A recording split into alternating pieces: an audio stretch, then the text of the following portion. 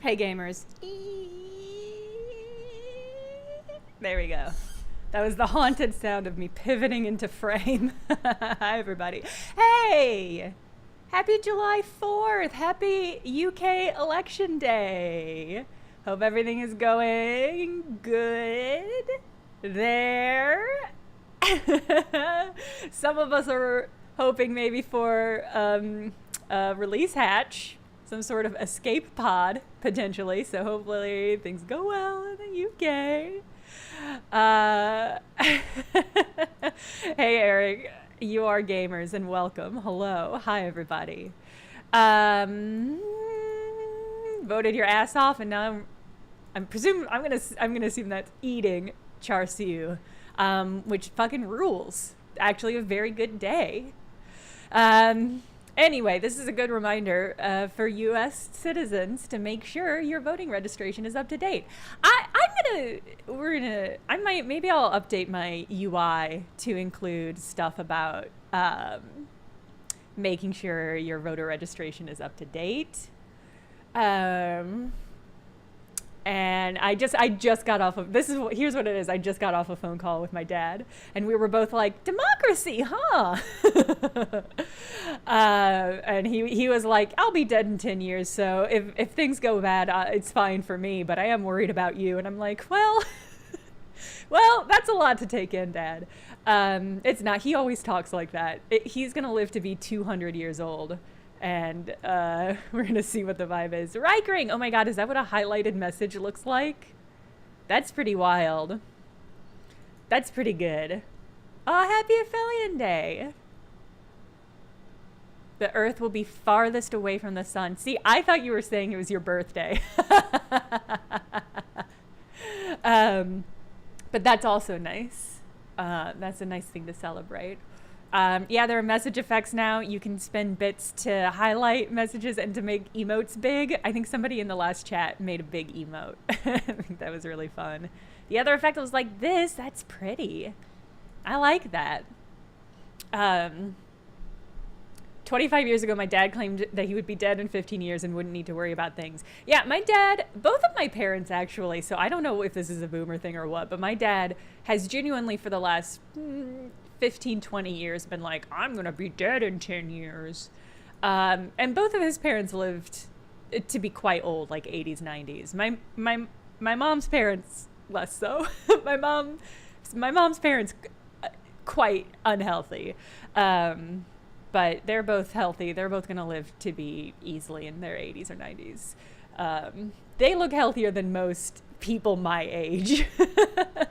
So I'm not super worried about them, except for in the general sense in which I am worried about all of us.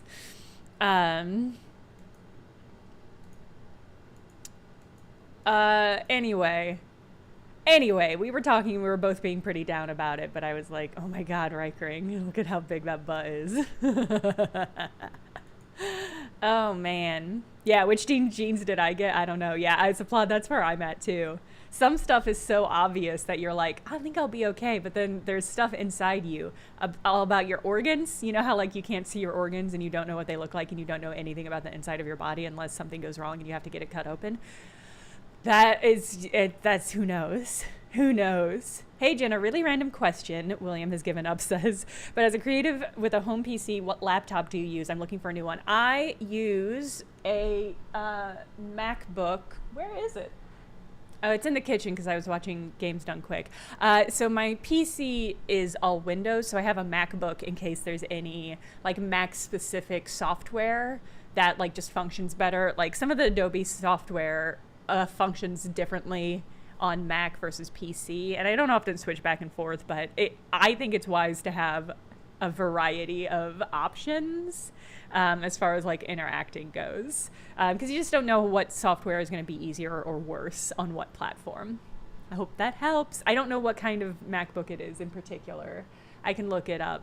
I can go and grab it, but I believe it's a MacBook Pro, but it is quite a few years old at this point. And it's nice. It works great. I don't have any issues with it. I basically only use it for work. So it's not like bogged down with a lot of stuff. Anyway, things are bad. Oh, I mentioned I was going to do this last time. I officially signed up for postcard canvassing.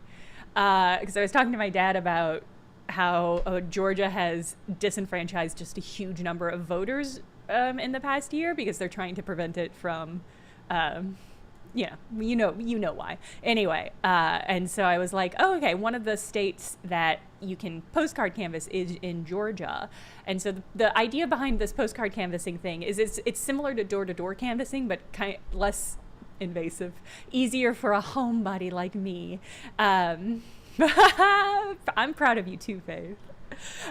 Basically it is, you get like a list of names and addresses of people who are registered voters, and the postcards, you're just sending them postcards to be like, hey, don't forget to vote, or thank you for voting, or don't forget to make sure your registration's up to date, or don't forget to make sure your friends and families are checking their registration too. So it's like, it's one of these things where it's like, it's a really gentle nudge.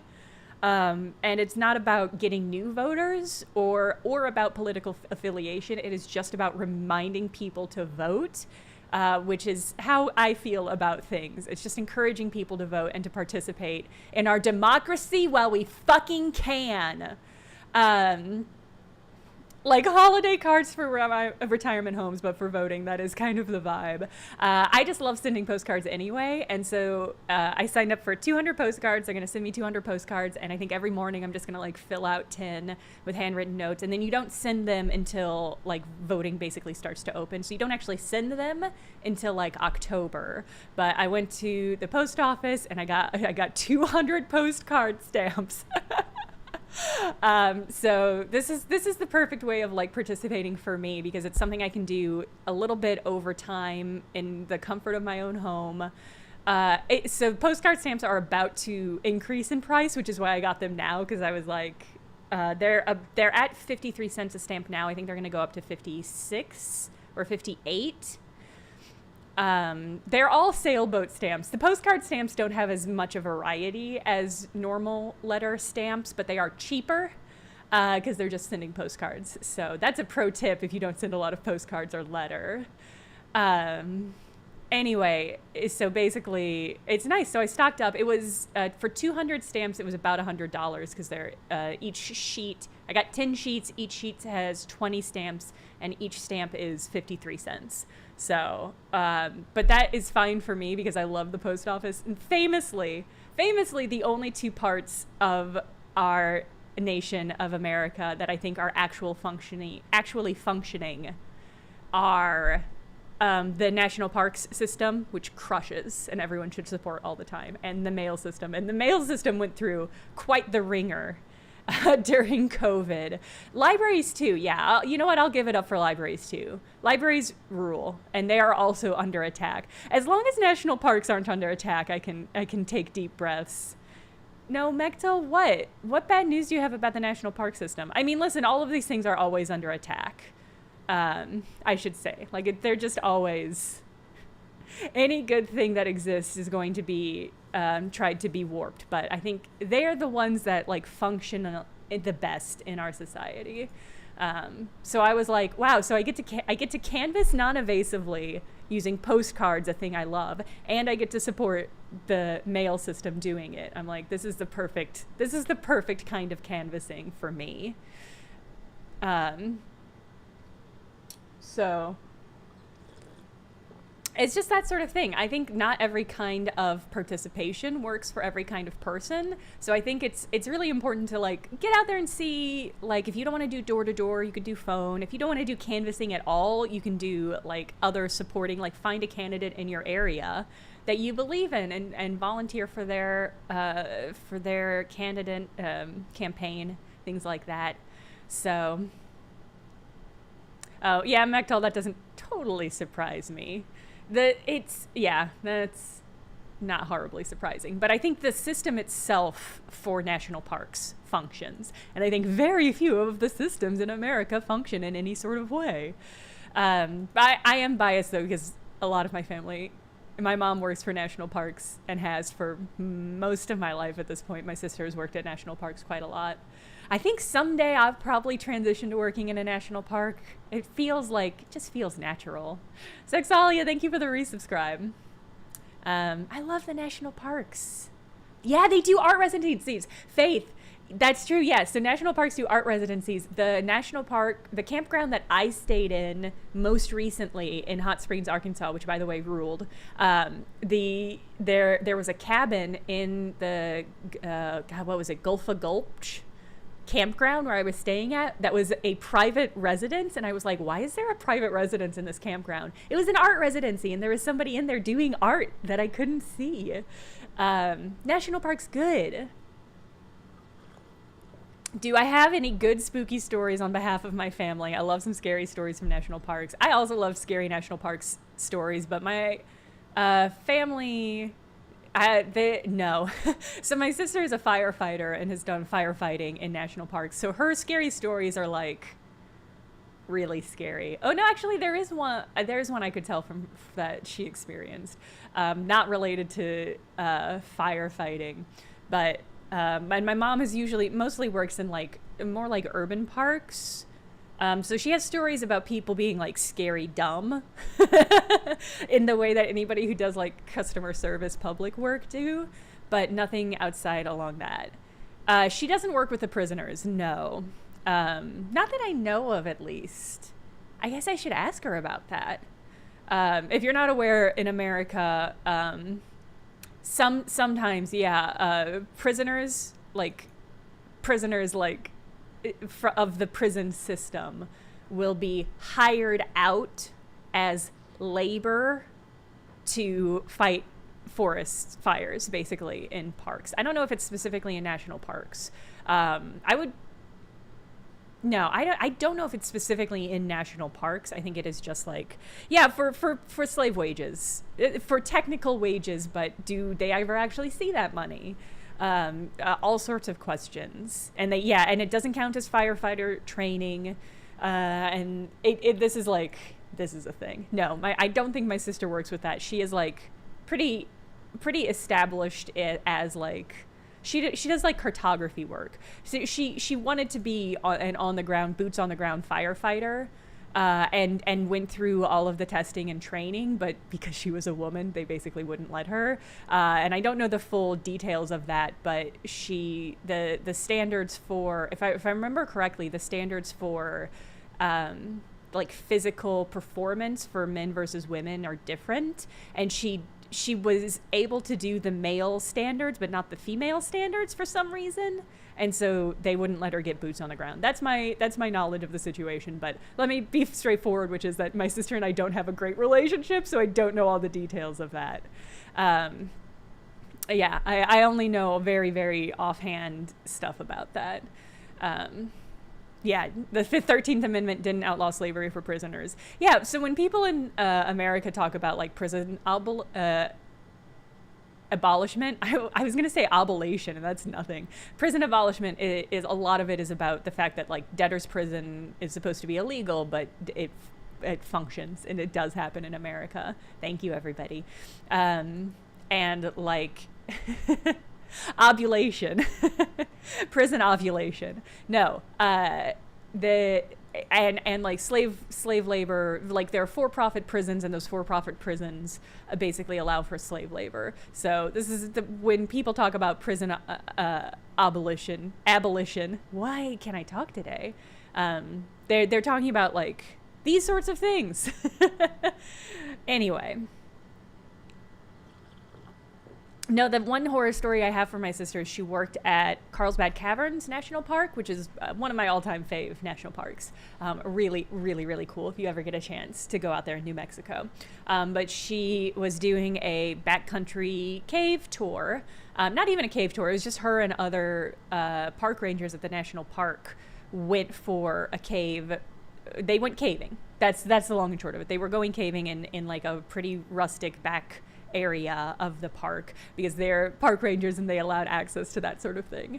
And so they went. It was not their first time in this cave.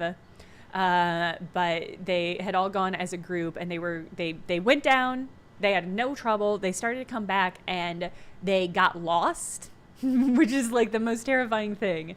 And so they were searching around. They could not find their exit. They were like, did we take a wrong turn? No, we've marked our way forward. Like, we know that the exit should be here. What had happened was it had started raining while they were in the cave, and the water rose so quickly and so significantly that their exit was now underwater. So they hadn't gotten lost.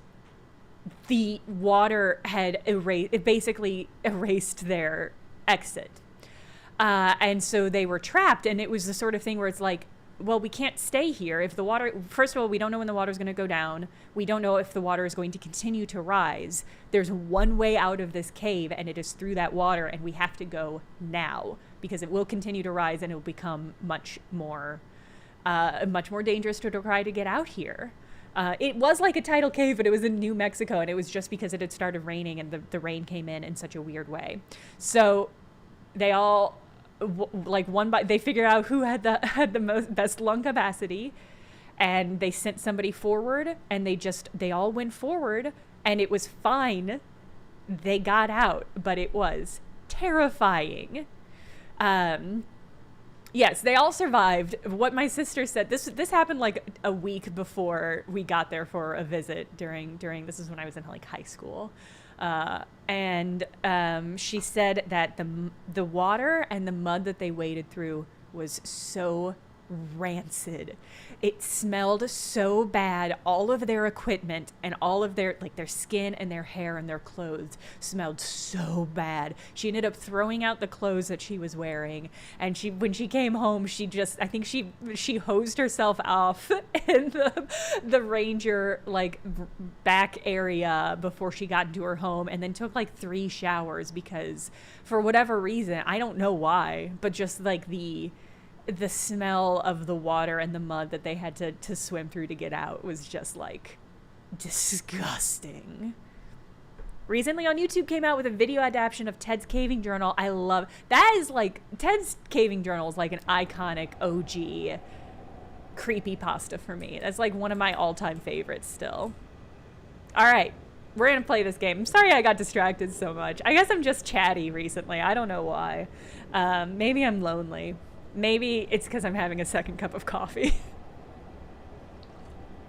Okay, so we're playing, our plan for the chat today is we're playing Platform 8. Last stream, I started to play this and we realized that it was a sequel to a game that came out called The Exit 8. And this is apparently a whole subgenre that has popped up genuinely in the last few, it seems like the last year, less than a year. Yes, this is like Exit 8, but train. That's exactly what this is. And I've heard there's not quite the looping mechanic. There's not the PT looping mechanic. So I'm curious to see how this differs. We still got this sockless pervert, so he's back. He's back in the sequel. This is probably a peak prequel. Liz, that's a good point. This is probably a peak prequel since we got out in Exit 8. Anyway, after I streamed Exit 8, after that chat, or after that stream, I went on Steam and I just did a bunch of research and I bought a bunch of other Anomaly hunting games. So I bought Everloop, I bought Shinkansen Zero, and I picked up, what is the other one? I'm on Observation Duty. Finn Cannon, thank you for the gift subs. Shout out to everybody who just got a gift sub. If you're not in the Discord, come hang out in the Discord. Yeah, there's 8 Observation Duty games. Yes, yeah, and Chillis Art is a Chillis Arts game. And I haven't played, I've been meaning to dig into their oeuvre, their horror oeuvre, and I haven't, so this will be my first dip into that. Anyway, we won't play that immediately because Still Wakes the Deep is next on my list. But I have those, and we're going to have to play those at some point. They're fun. Happy subs. Happy subs to you, Finn. Thank you. Anyway, so the plan is today is we're going to play Platform 8, and then we're going to move on to more intense, spooky horror game, Flathead. And then Sunday, we're going to be playing Still Wakes the Deep until we're done with playing Still Wakes the Deep. And then I've mentioned doing this earlier in the year, but I bought an online class from this platform called Domestika, and it's a class about making automatons. And so the final project that you're building towards in this automaton class is like a creature. It's a creature, and there's a crank on it, and you crank it, and its wings flap. And it's so close to being a creature, but it's not quite a creature. It's very abstract. So I thought we could do a Blender stream where we design something that I make out of woods. Whoa! I guess I was out of juice. How is that possible? It should not be out of juice. Okay. Anyway, I'm really excited about, I want to finish the class. Basically, let me see. It should not be out of juice already. I know I say that every time, but this time it's true.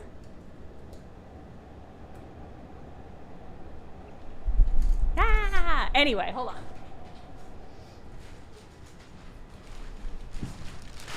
I cut out a bunch of, I went to a local makerspace, and I cut out a bunch of cogs that I can use to build this automaton. It's very hard to find wooden cogs online, so I had to build them. And we used a laser cutter and I designed these cogs, and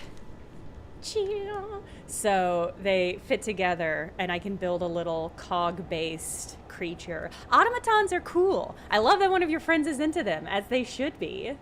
So, but anyway, the final project has a creature design.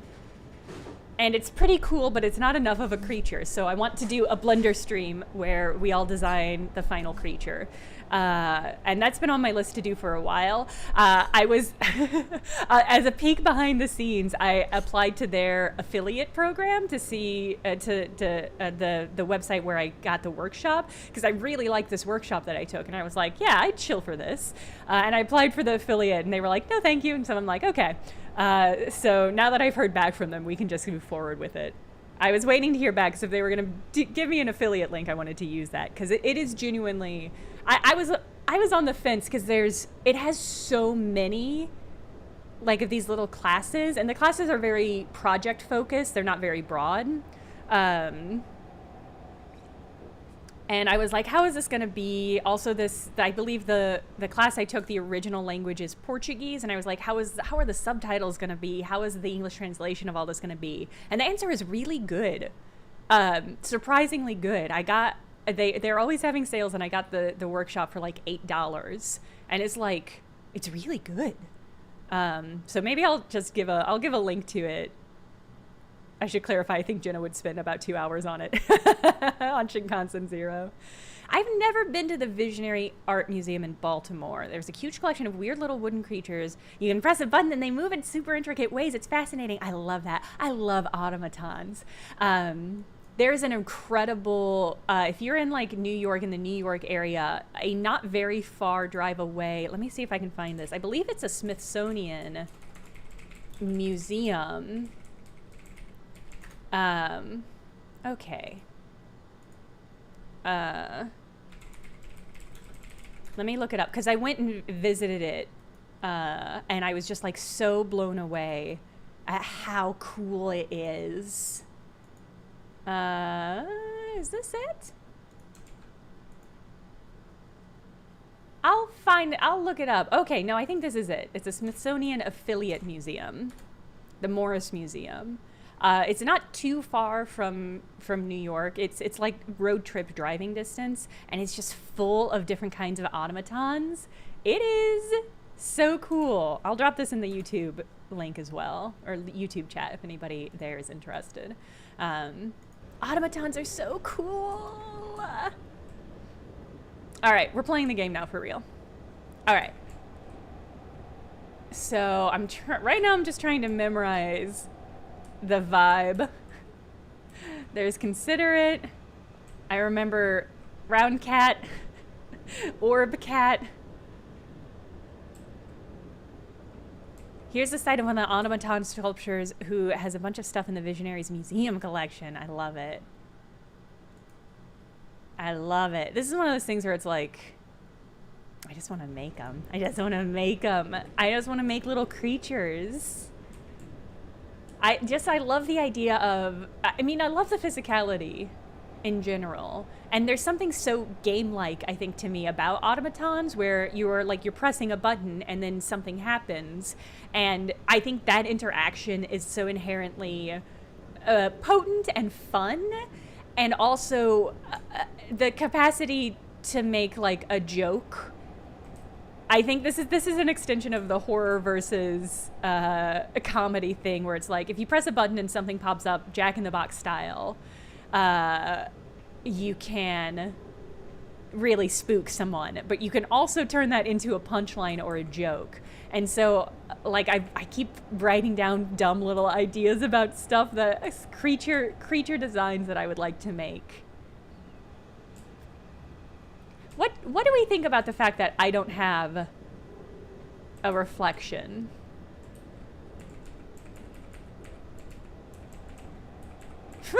I didn't know you could have sex with that robot showgirl. Vampire ghost.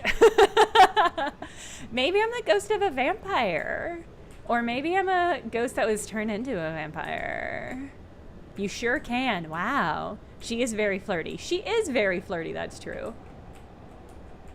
YouTube Dagger Scullery, whose name makes me suspicious that they are a vampire, says vampire in the YouTube chat. Sure do. Yeah, you got me there. Yeah, I think you're probably right. Okay. Human robot interfacing. Ha cha cha. All right. Oh my god, oh no, I sat down! And I sat down right next to the man! Oh my god. I genuinely... This is the worst thing I've ever done in any video game. I'm the creep. Yeah, I started writing, during the pandemic, I started writing a horror screenplay. About haunted subway tunnels because I was like, this is how I feel claustrophobic and how I feel about New York right now. And it genuinely the opening scene, the only one I actually wrote for it was somebody sitting on an empty train and somebody else entering, and you never see the person's face or anything, but they enter and sit down immediately next to the person. And my conception for the scene was that you would be so close on the first person's face for it that you would never see the person sitting next to them fully. You would just see bits and pieces. And then I don't want to say anything more because in my heart of hearts I'm like, maybe I'll finish that someday. But it's genuinely like the most nightmarish thing I can think of happening on a subway. And I've had rats run over my feet waiting on a subway station, and yet the thing that I think would most terrify me is if I was on an empty subway station train. Because if you're on an empty train, it's probably... Well, this is a Japanese subway train. It's not a New York subway train. If I was on a subway train and it was empty, it probably means it's like 2, 3, 4 o'clock and I'm like on my way home from a party or whatever. And... I think it would be worse if he didn't talk. If somebody came in and sat immediately next to my body, or somebody pooped in there, or the air conditioning wasn't working.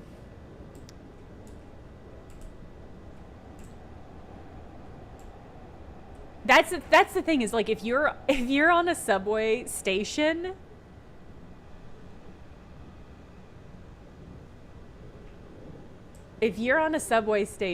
and sorry, I thought I saw a weird reflection, but I think it's nothing. If you're in a subway station, this is my pro tip to tourists going to New York. If you go to New York and there's a ton of people on the subway platform and a train comes by and the train is packed except for one cart, do not get on that car, because there's something wrong with that car that people who live in New York are mostly avoiding. And I don't know what that is. I've seen all sorts of stuff. Yeah, it might smell bad, and the heater or the cooler might be broken. There might be somebody trying to start a fight on it. One time I went and one of the like banks of seats, it was just covered in urine. And so and all of the seats around it in like quite a distance. I never experienced a poop car, but obviously that exists. Like, obviously that is a thing that would exist. Well, the issue that the New York subway system has a lot of issues. Please check electric signs.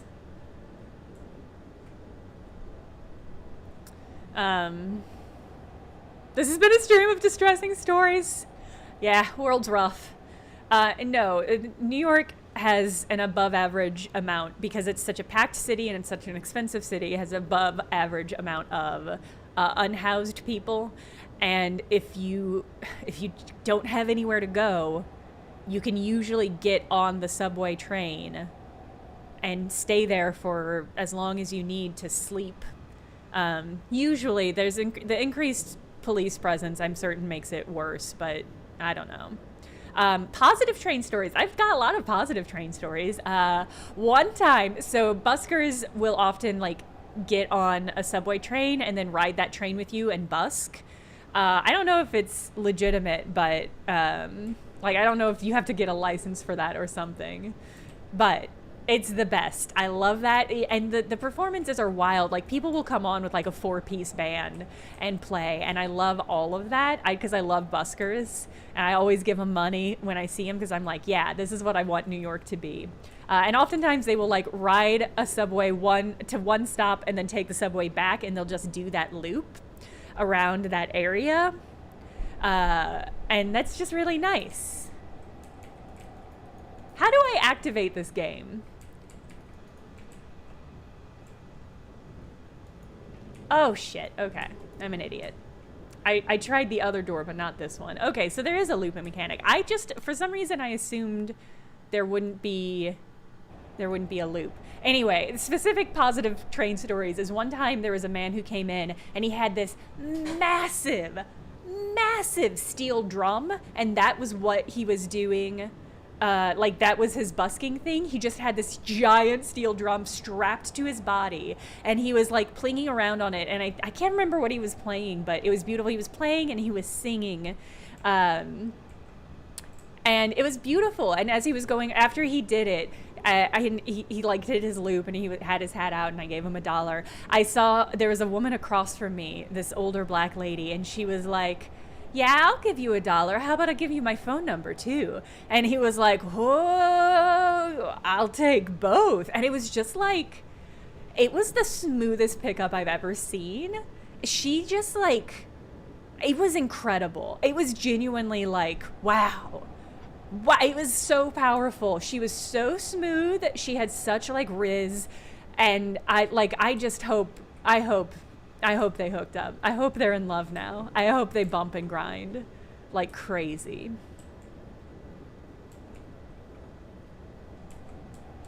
I was just like, this woman's game was so next level. It far and away exceeds anything I've seen on a subway. They busk together now. Oh my God. I would lose my mind. I'm curious. Okay. The last game had a mechanic that let me know when I had looped. I guess I don't see any check the electronic signs stickers on these doors, so I guess that's how I know we haven't looped. Oh, it's you think, oh, okay. Whoa.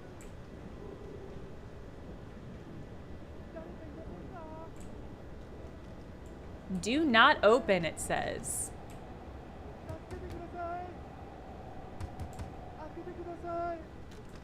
Somebody's asking me to open the door.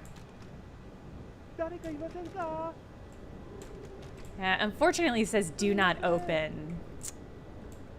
Once I saw some people in a subway who set up an old CRT TV and were like playing like PlayStation 2 Mario Kart. I think about them a lot. That rules. Okay. Does this guy look older?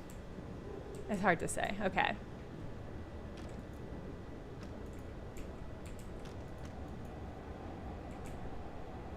Oh, it went away. Okay, interesting. It went away. Yeah, I can't go back. I just have to wait for the anomaly to be over. Yeah, I think that's a good read. And it's the window is clear now. I have also been on, sometimes when you're on the subway and people will have like massive boom boxes, even in the year of our Lord 2020 whatever. There will still be people. Okay, we have moved forward. Okay, so we're tracking our distance based on the subway station guide. Okay, yeah, they will bring boomboxes on the subway, and your instinct would be like, how annoying! People are trying to listen to their headphones, and that's often the case. But I have also been on. No, it says we're going to Ichigasaki. I have been on subways where their boomboxes will be playing like old school, like OG boomboxes will be playing like 90s rap, and everybody on the train will genuinely get into it. This is a genuine experience I've had multiple times on the New York subway, and people will like start singing along and like dancing because it's like, oh man, I haven't heard this song in forever. Like we're having like a retro moment on the subway, and like. They'll play songs that fucking slap because like 90s rap slaps, and it's just like that is such an incredible vibe. I don't know. New York, okay.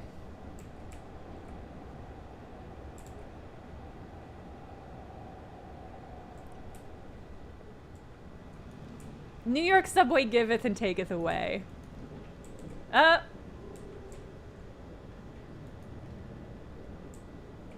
Wiggly.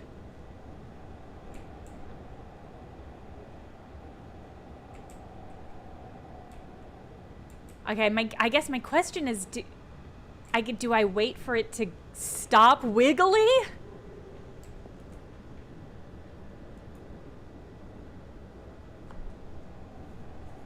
Yeah, I don't know what's gonna happen. I love this. Wonderwall, that's really funny. I don't know if I've ever seen a busker play Wonderwall. I bet they'd clean up in New York though, but I mean that in a derogatory sense maybe. I guess I don't know if we keep going. I mean, it didn't say, you know what? It didn't say turn back if you see an anomaly. Oh, that was creepy. Seeing the door open and the reflection turn to the real thing and them all stop immediately, that was pretty eerie. Okay. That was really creepy. I love that. One time... Oh, Christ. No. Ooh.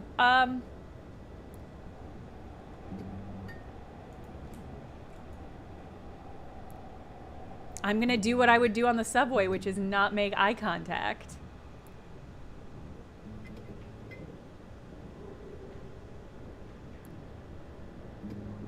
Oh, fuck. No, no! Oh, was I supposed to run around it, maybe?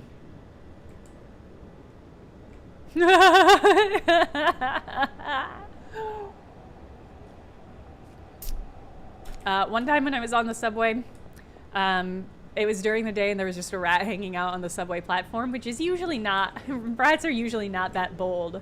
Oh, Christ.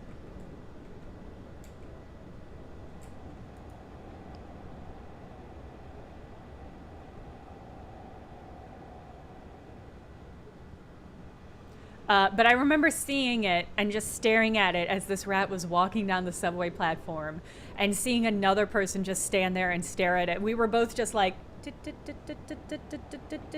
watching it go. And then we both looked up and made eye contact and we were both just like, New York, you gotta love it. Okay, I think I'm just gonna... can I go back? I can't go backwards.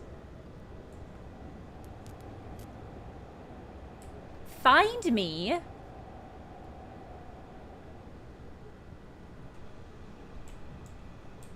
Okay, I'm gonna assume we have to find her before going forward. Maybe, is she in... She might be in a reflection, or maybe she's in like one of these images now. Have good dinner.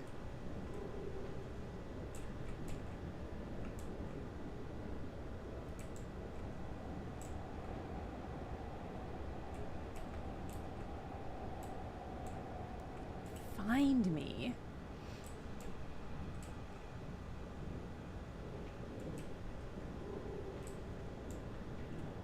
Oh, Christ. I found her.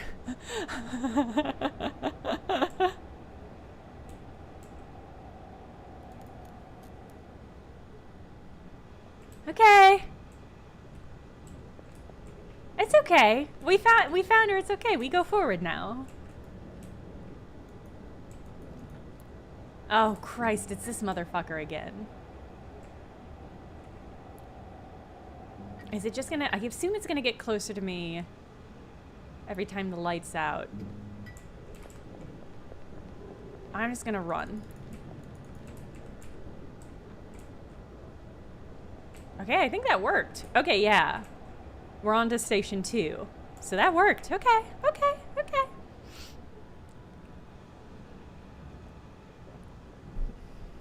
Good to know. See, we're learning.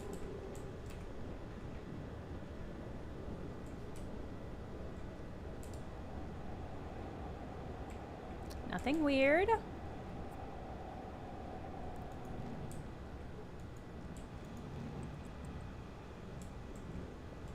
Oh my God. Okay. Well, I'm just gonna... Oh. Big Alan Wake vibes. I'm just gonna not try to not touch any of them.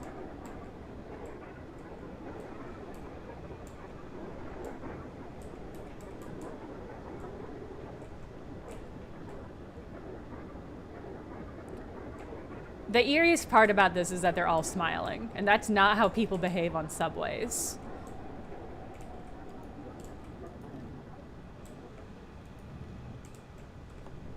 If you travel to New York to befriend a rat, you are going to be in luck. It will be so easy. You can become a rat king, like, even on accident in New York, I think. You can just... If you drop a sandwich, congratulations, you're the god of rats. It's improv everywhere. An improv everywhere skit, I don't know what they're called, event, but it is just people on a subway smiling and not acknowledging that they're smiling.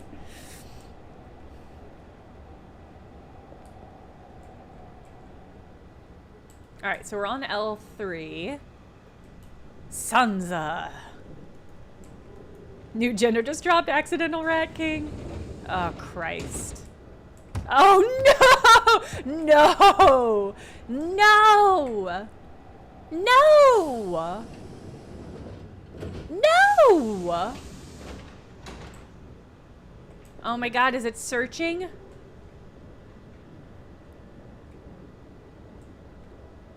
I wanna touch it. I know, it's a bad instinct. I know my survival instinct is bad. Oh my God. We have to see everything that the hand does, I'm sorry. I can't leave until I know.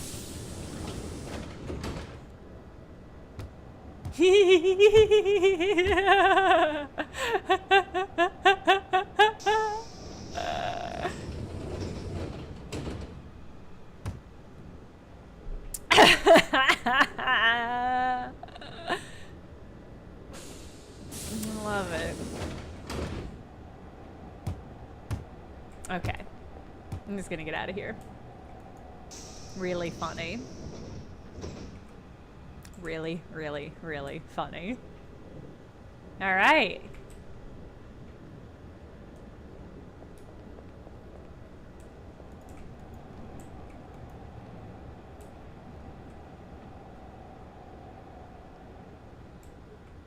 Seems suspicious. I think this is less about hunting anomalies and more about placating them.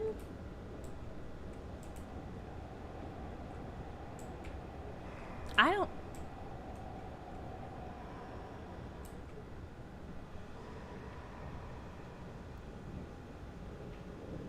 Could you hear that? Could you hear the breathing? I don't think this was a doorway. I think it was a mouth. Okay, you could hear the breathing? I wasn't certain it came through in the audio. Let me know. Let me know. Okay, you could. Let me know if the game audio needs to be louder.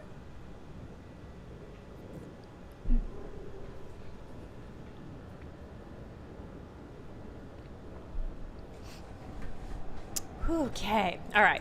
We're fine, though. We're fine, though. We didn't even get swallowed. Itsu Zara? Okay, okay.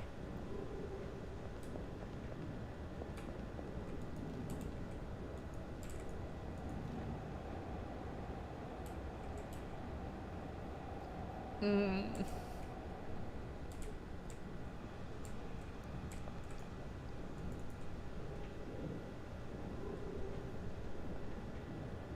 my god. Hey, that's no way to get ahead in life. Hey, isn't your station the neck station? Isn't your stop the next stop?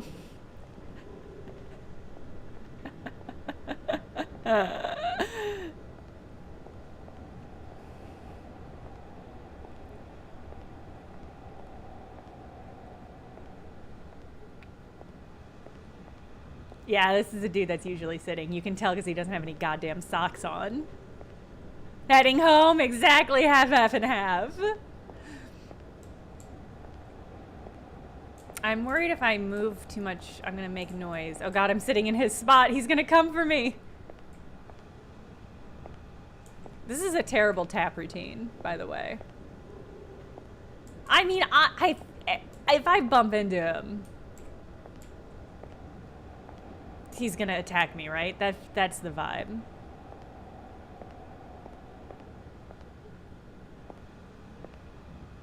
Wow, look at it. He's caked up, though. Look at that ass. Those are some tight jeans. It's not as good from the back. From the side, it's pretty cheeked up. Is he gonna turn around? All right.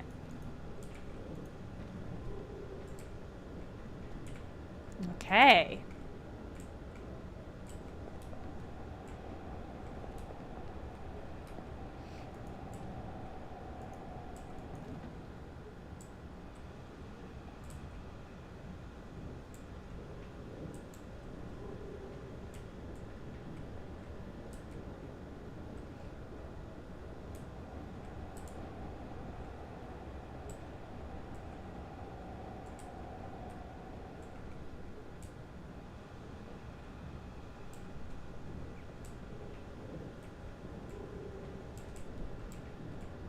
I don't like this.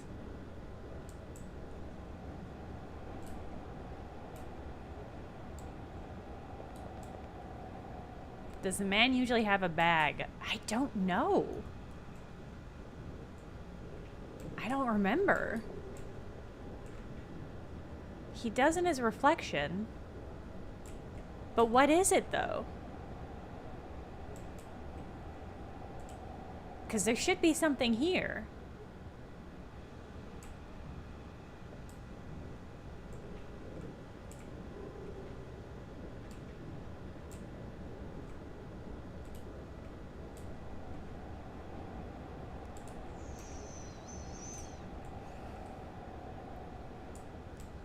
I guess we'll just move forward?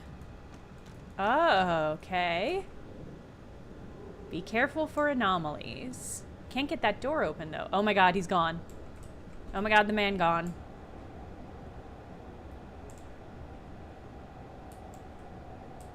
Where'd he go? Oh my god, okay, he's behind the other door. No! No! No! No! Not again! Not again! How dare! How dare! It happened so quickly. Part of me wants to get caught. Part of me wants to get caught to see what happens. But when I see him running quickly towards me, my instinct is just to barrel. Oh my god. Razzle dazzle. Do not look back. Oh Christ.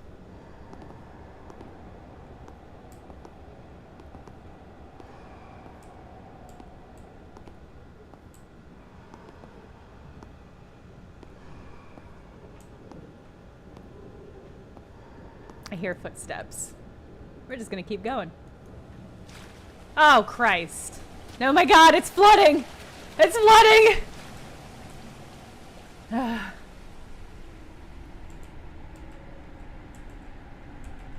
Hachpan.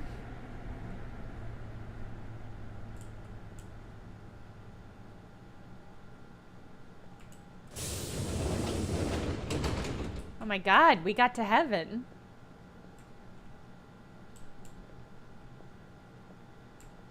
Is this real? Is this a trick?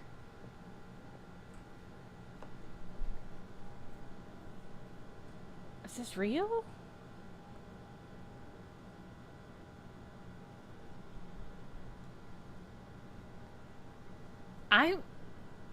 I'm gonna exit. My instinct is this isn't real, but I want to play more, so I'm gonna exit. And we'll see. Oh no, got off the train. Okay. That was definitely a lot easier than the exit 8. But a good iteration on the formula, I think.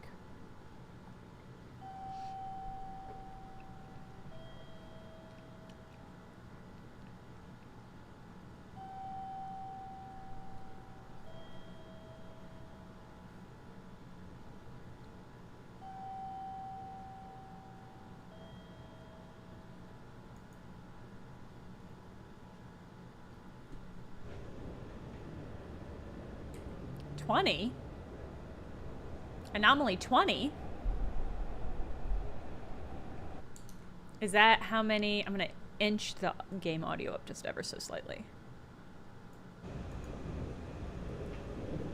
Does that mean there are 20 anomalies? Well, let's run for it and see if this changes.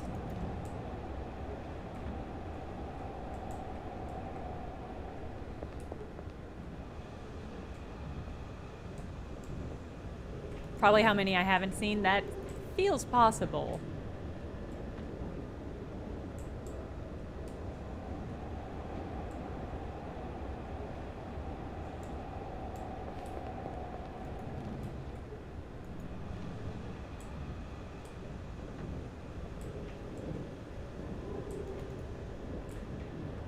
Oh, okay.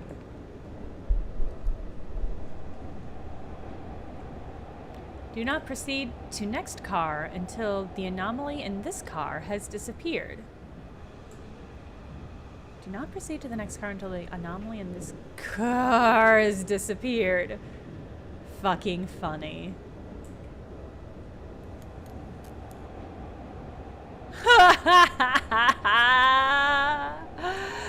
Really good.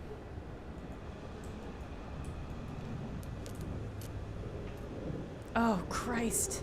Oh, God. Oh, God.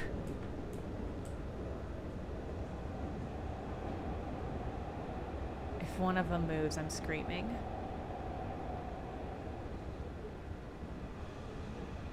Oh.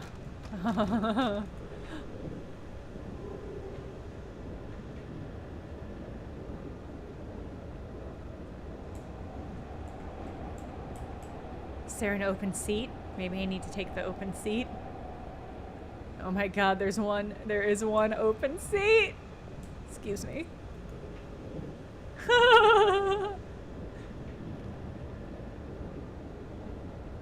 You new in town?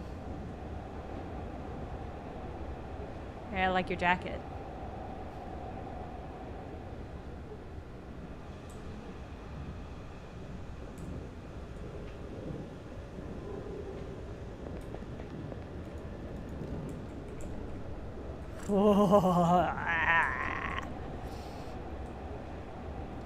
Alright, Anomaly 18. Let's do, I want to go through all the anomalies. And then we'll start playing Flathead.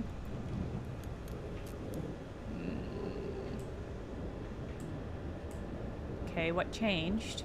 Oh my god! Oh my god, it's getting foggy!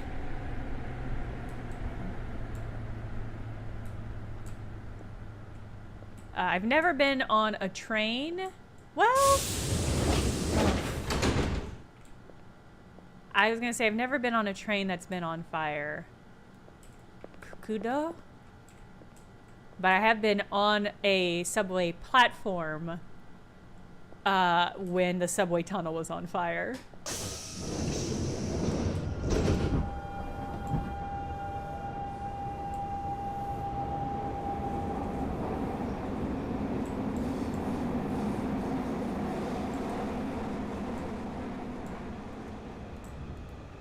Been on a bus that was smoking heavily.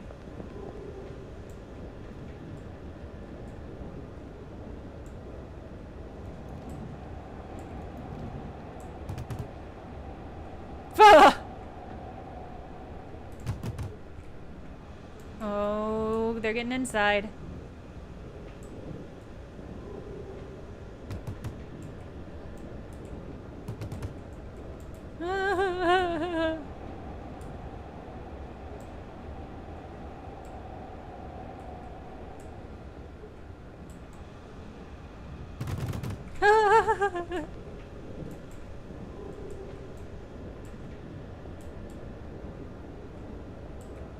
Marlo not found. Hello, hi, welcome. Thank you, Raiders. Thank you for the raid. We're playing a spooky, fun game called Platform 8. We already beat it, but now we're going through and finding all the anomalies. There's 16 anomalies we have yet to find. Woo. So the game of this, who's getting sketty scoffs on the dang windows, the concept behind this is that you're walking through an endless subway, trying to deal with or avoid anomalies as best you can, and so shit just kind of keeps happening. Oh Christ. Something's gonna jump out. Oh my god, ah!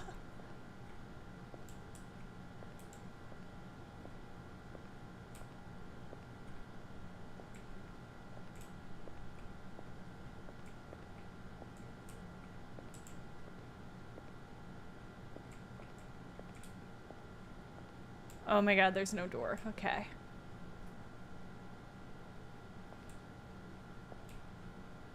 So this is the fun horror game we're playing?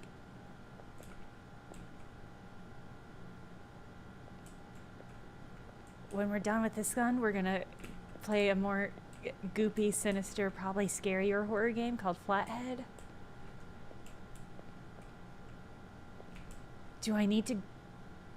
Oh my god, there's subway tunnel, or they're subways. They're subway extensions. It's more subway. Oh, but there's a dude there. I don't want to be where the dudes are. I don't want to be where the men are. No! Okay, we're gonna go to the one where there's no visible men.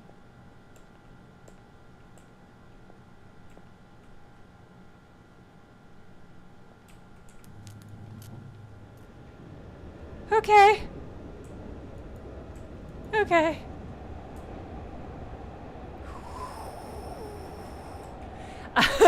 Mechtel, yeah. Yeah. They would. It's true, it holds up even in horror games.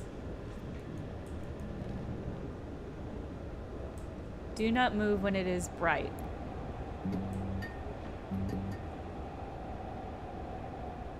Red light, green light.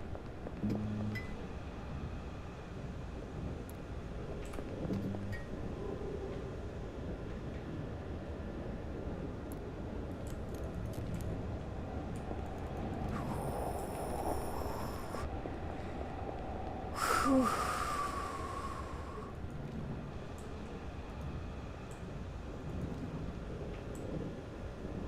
This is genuinely making me want to go back to my subway horror story. I'm thinking about it now, and liminal horror is so popular right now. I do genuinely think something like that could pop off well.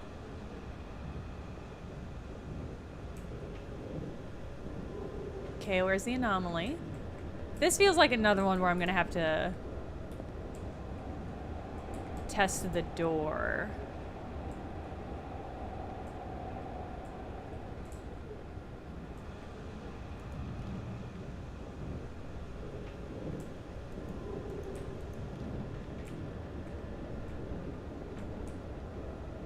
Okay, that was a weird one. I don't know what it was, what I missed. Maybe something in a window. Alright. Anyway, we're still on 13. Maybe we always will be.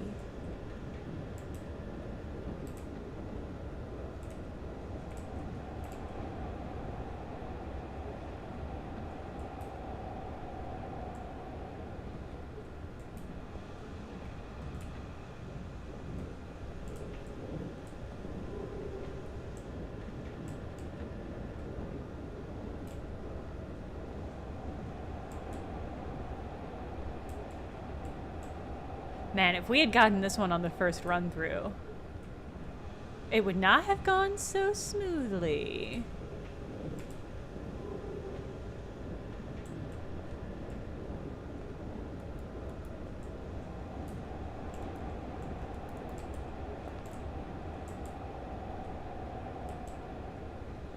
I just don't see anything.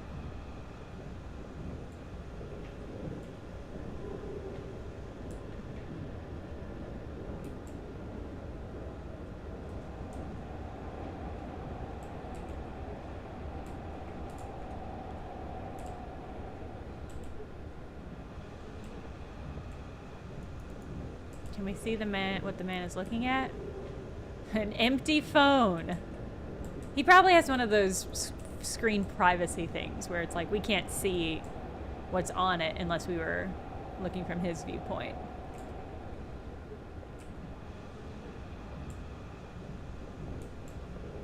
He's listening to Big Game Hunger.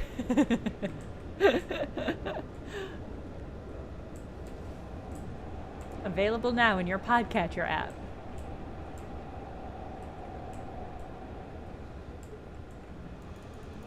I'm so confused. There's gotta be... There's something here. There's a little anomaly warning sticker. Do I have a command for it? Yeah, I do.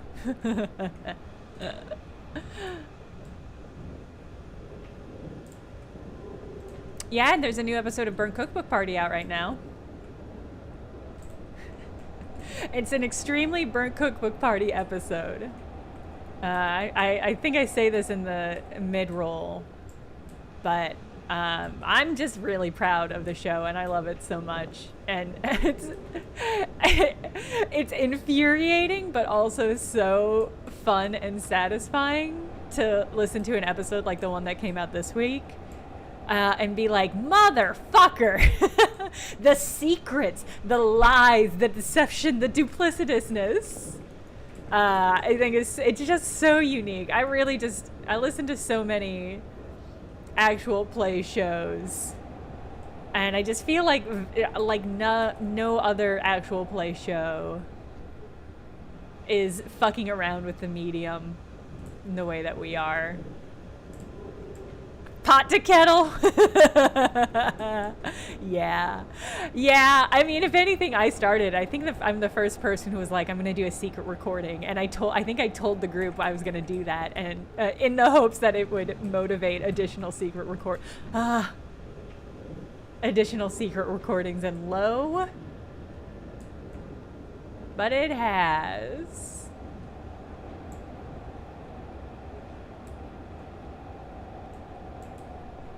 What other actual play shows do you rec? I mean, The Adventure Zone is very good this season. I fell off of it for a while, but I came back this season and I'm really enjoying it. I also started listening to, what was it called? I think Wandering Path. And it's a little slow, but it also just started, so I'm giving it a couple episodes to see if it kind of picks up. It's a little bit more like slices of life-y. Yes, I was also on Dungeons and Daddies. Dungeons and Daddies actually just started their 3rd season, so there's only like 5 episodes to listen to in this new season. So if you were like, I don't know if I want to get on board with that or anything, then now would be the time to get into Dungeons and Daddies. Join the Party is also one that has a lot of fun, gentle characters. I think every actual play has a kind of a different vibe, and Join the Party is a very gentle vibe, which is not the same for BCBP, so I don't know how much overlap in enjoyment there will be. How do I stop you? How do I punch you?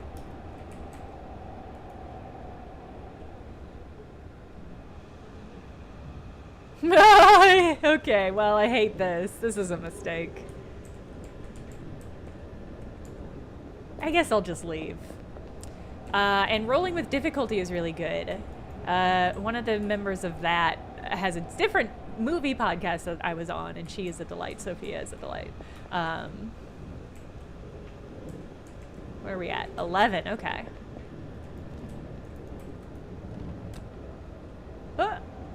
So rolling with difficulty, also very good.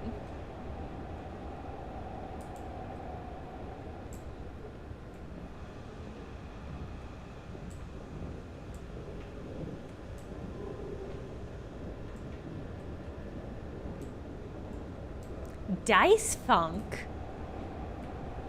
That's a good name for a podcast. Hold on, I'm gonna look up Dice Funk.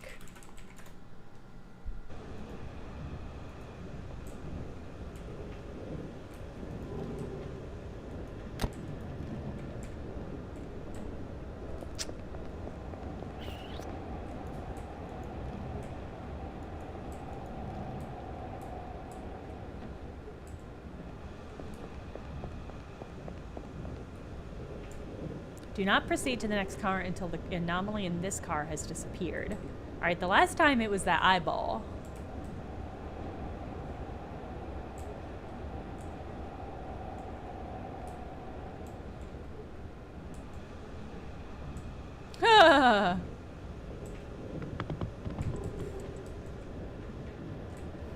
Okay, found it.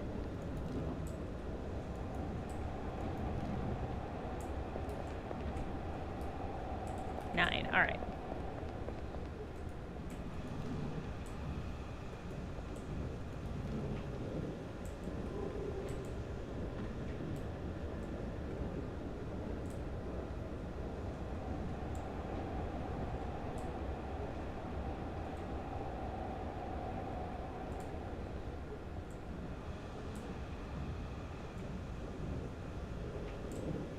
Okay. Oh God. Is it gonna be a Bigfoot this time, Monty Python style?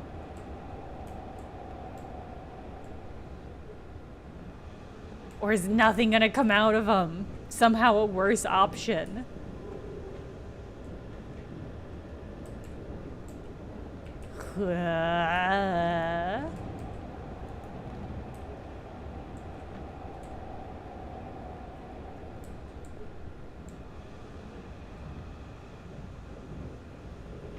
Okay, I'm gonna assume 8 steps this way, 9 steps this way, 4 steps this way.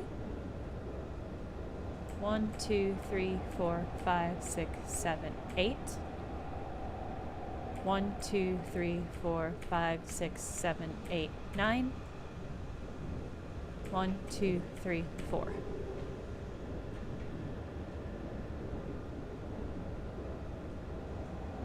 Okay, nothing happened. 8 right, left. I mean, I don't see. What is it? Then try the door? I kind of expected there to be I think the symbol is a door. I think that symbol, I don't think that's a phone. I think that's one of these subway doors. But there aren't 8 or 9 subway doors lined up. Wait for the 9th and 8th door?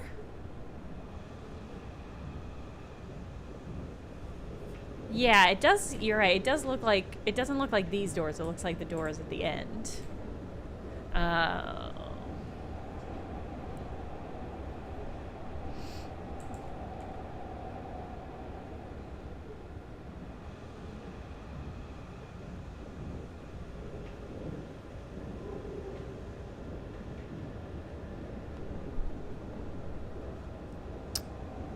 Or I'm wondering if it's like seats? Oh, okay, Kaylee, I like that read. Maybe you have to try opening the door that many times. That feels right. That feels right. Okay, 8, 9, 4. All right. 1, 2, 3, 4, 5, 6, 7, 8. 1, 2, 3, 4, 5, 6, 7, 8, 9. That's a good read. I don't know if I would have clocked that. 1, 2, 3, 4. Okay. Real good guess. Really good. Oh, well, wait. Hold on. Do not proceed to the next car until the anomaly in this car has disappeared. Kaylee, I never would have guessed that. I don't think I would have guessed that. It's a really good read.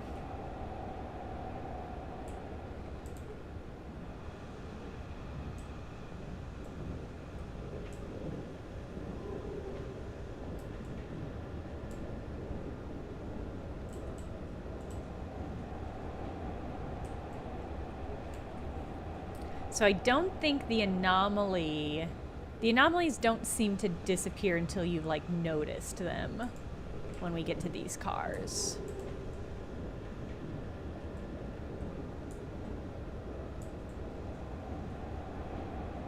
I think it's the RPG girl. Oh! You're right. She got spookier. She got slightly spookier. That girl ain't right. Alright, 6.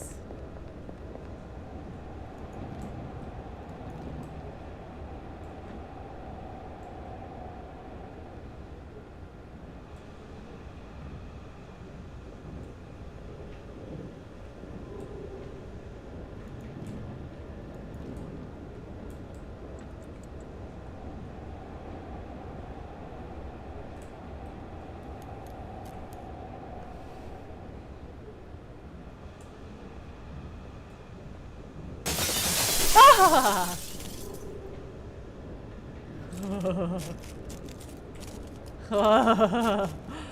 I hope I'm wearing shoes. Whew.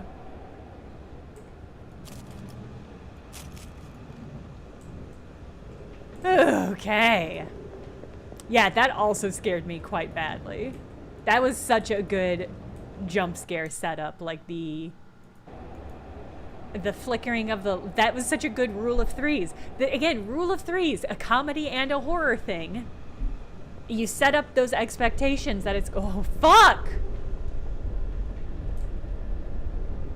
Oh my god, and the mirror, the reflection isn't changing.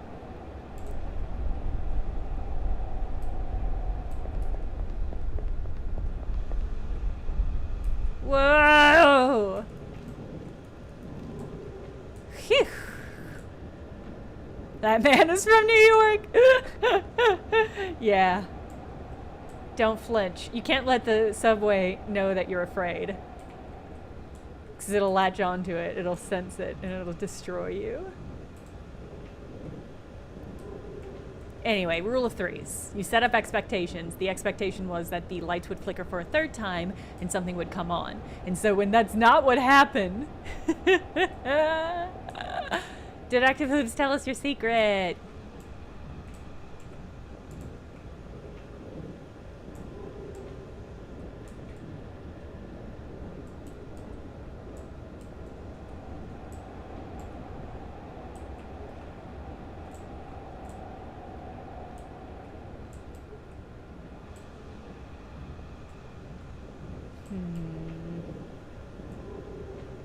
What if in one of these subway cars the anomaly is, oh, that we have a reflection?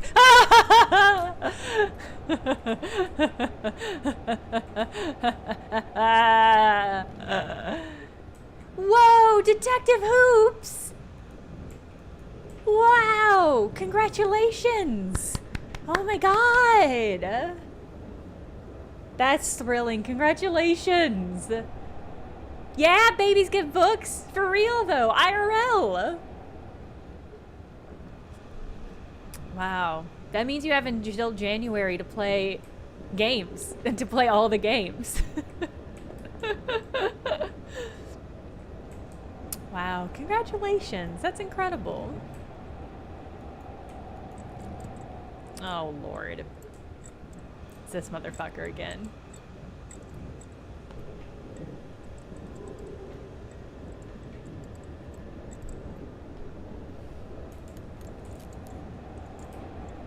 Busted, yes, that's true. Many late nights playing games with one hand. In fact, oh, fuck no. Okay. Yeah, his face is really wrong, yeah. The first time I started playing Dark Souls 1, which was my first Souls game, on Switch. And the reason I started playing that was because Chris Grant of Polygon fame told us, he was giving a speech sometimes in a meeting, and he was talking about how he played Dark Souls 1 for the first time while clutching his baby, because as a new parent, he needed to be watching over his baby all the time, and he needed something to do that was easy to pick up and put down, and something that you could chip away at, and that's what Dark Souls games are. And so he talked a lot about how, like, the game feels, if you're not a Souls player, the game feels impossible to tackle because it's so big and it's so hard. But if you're just playing it for 10 minutes in between, I don't know, changing diapers and stuff, after enough time, you'll beat the game. Oh, Christ. She come run after me? Anyway, that's why I started playing. What is the... Do not look away is what the sign says. Ugh. First few months with a baby is prime gaming time, but being able to pause game is good. Yeah. And Souls games are such that you're gonna die so often anyway that if you need to die mid-battle to take care of your baby, then it's fine. Like, it's not gonna really matter all that much. Anyway, that's how I started playing Dark Souls 1. Oh my god, she got closer. Okay. And now I'm totally Souls-pilled. I'm a hardcore Souls-pilled. How long, if you gave a baby a controller, how long do you think it would take them to just hit it enough to beat a Dark Souls boss? There's a streamer who was made his fish play. he had a tank set up, and he had an input system that tracked basically where the fish was moving. So it was like, if it moves in this area, that's a B. If it moves in this area, it's X or whatever. And they were tracking how long it took the fish to beat a boss. And what I'll say is it was shockingly low for a fish. Well, I don't think the fish was really playing the game. I think the fish was just swimming naturally. I don't think the fish was trained in any sort of way. Maybe I wonder if I can see this. Dark Souls fish beats boss. Yeah, here we go. Yes, a goldfish can beat the hardest boss in Elden Ring. I'm curious to see what they're saying the hardest boss in Elden Ring is. Okay, well, they got it right. I think they got it right. It's Millennia. I think they misspelled her name, but yeah.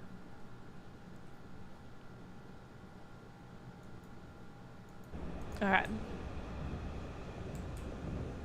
Did the fish buy $5 on the eShop by accident? That's really funny. That fish got addicted to loot boxes. humanity is destroying nature. We're introducing fish to the concepts of loot boxes. I think probably the worst thing humanity's done.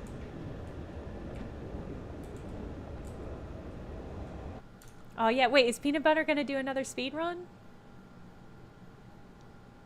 Playing again today at GDQ? Oh my god, okay. Obviously I have to see that. I watched the Peanut Butter's last attempt, and it was so devastating that they didn't get the world record. Just harrowing. Alright. Better a loot box than a tackle box. Faith, you just did fish stand up. I hope you realize. Getting hooked either way. Oh my god, chat. Chat, y'all are on fire.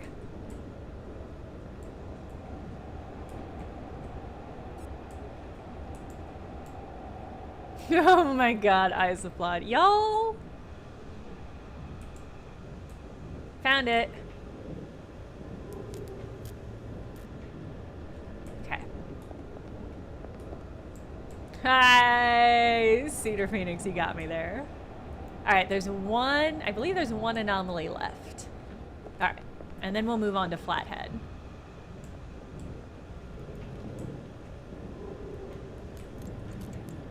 Oh, right, it's this motherfucker. What am I supposed to do about him?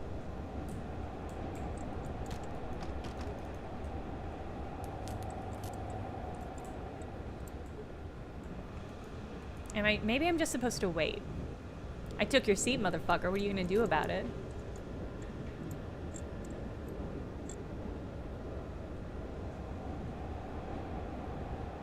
They created a dog icon for Peanut Butter? Incredible.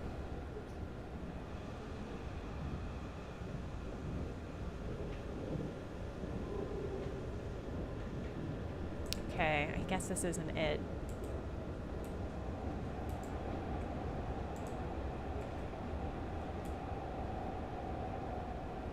Oh, Christ. What am I supposed to do about that one?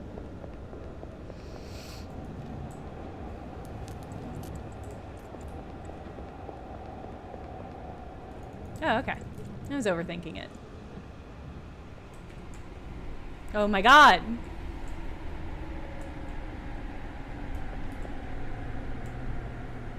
Oh. This is different. Oh, I chose the right subway car though, so I'm right next to the exit. That's another New York pro tip. Learn, if you're taking a subway regularly, learn, oh my god, which car exits closest to the exit that you need to take. Okay. And this is how we get to the subway station in exit 8. It has to be.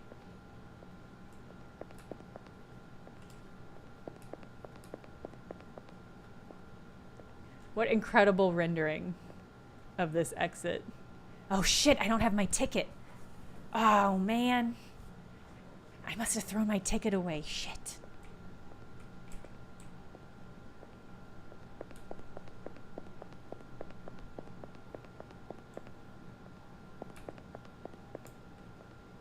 Yeah, busted. We were talking about that earlier. If there's a car that's suspiciously empty, there's a reason.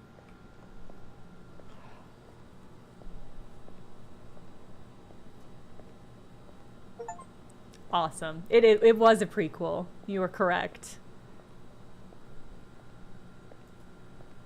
Really good. I love that.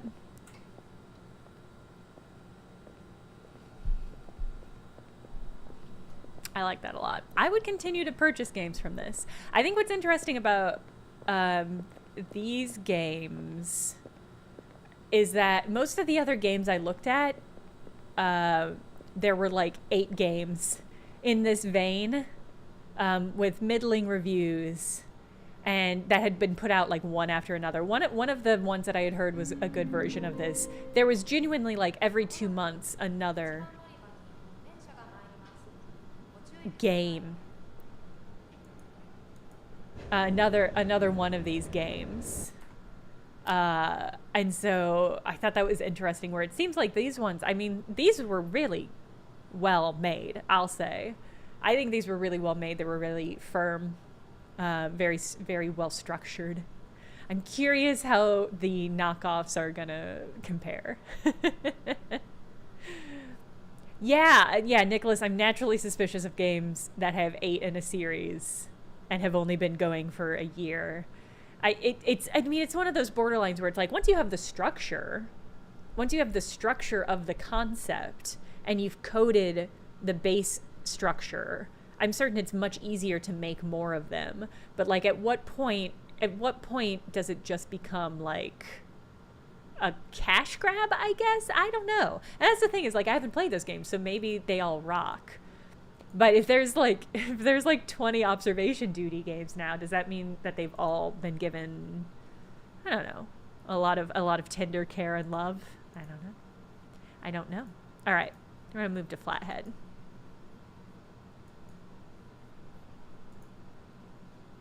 The Five Nights at Freddy'sification.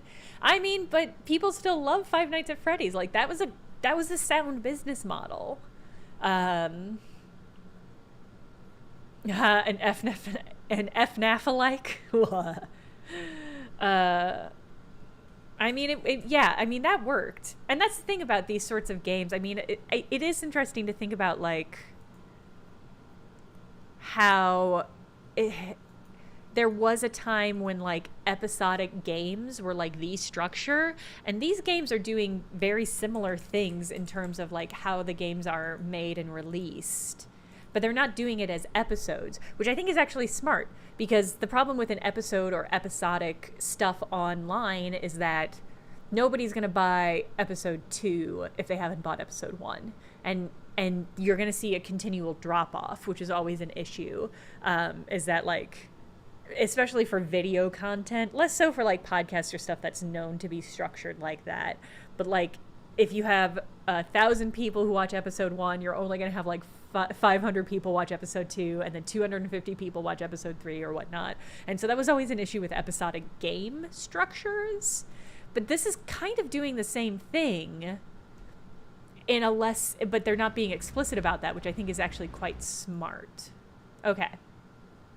So we're going to move on to Flathead. I do not know what content warnings this one has, but I will say probably some body horror stuff, if I had to guess. The Silk Bulb test demo that I played, which I guess this is probably a link to, was quite visceral and quite surreal. So just as a heads up, we're moving into this section.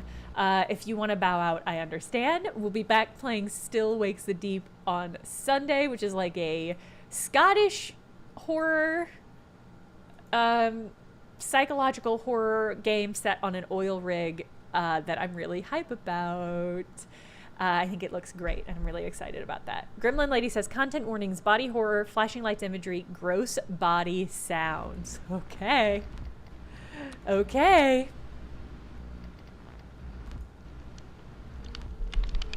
That was a weird one. Halfway through that, I was like, am I doing a tool time? I'm gonna do another one. I feel like you didn't get your money's worth. I lost it. Did I lose it? Have I lost the touch? I clicked a button out of instinct.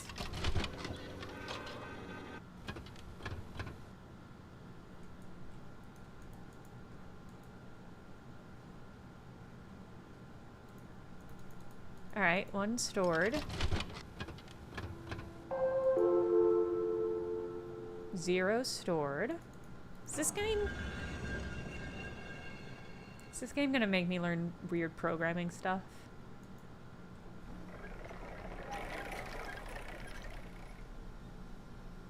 Over, under.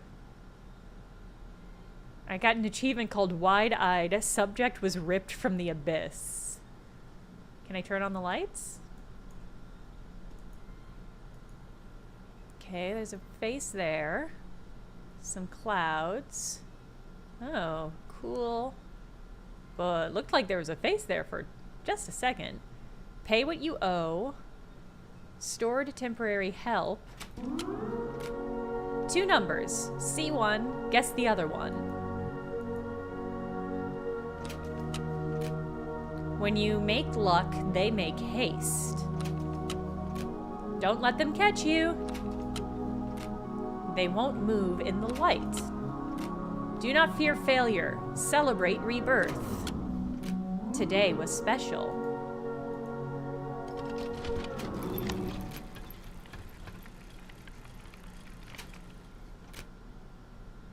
That head was moving.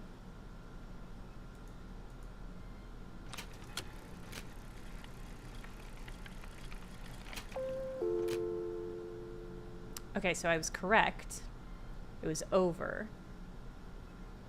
And I think, okay, I've got one temporary point. Oh, I don't like that face there. Okay.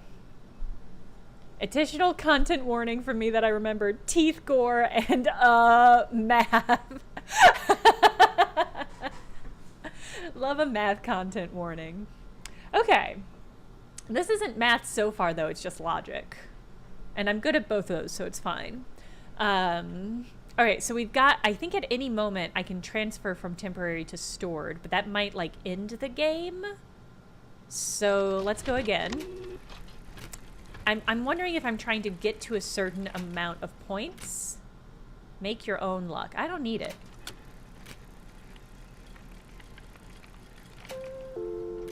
Okay. So I got more points. Bye, Lance Hart.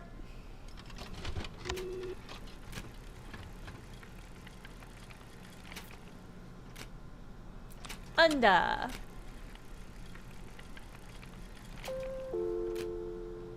Nice. I'm trying to, I want to catch that face. All right.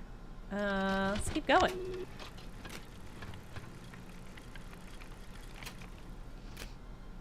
Unda. Ooh, close. I'm nervous that if I transfer points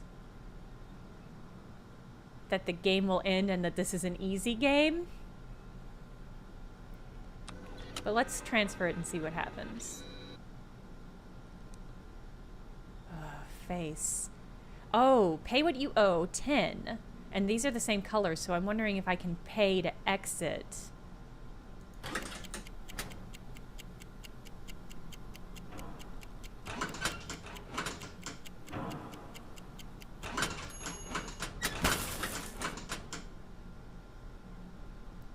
Okay, clicking that changed this time. There's a clock, some sort of stopwatch, a minute-long stopwatch maybe. And the lights behind me were clicking on to the door. And it looks like I've got, I don't know how many of these were lit up before, but it looks like 2 now. Yeah, I saw that face that time. Yeah, it lit up a hallway behind me. I thought that I would be able to buy an exit here. But I guess not. Maybe I need more points.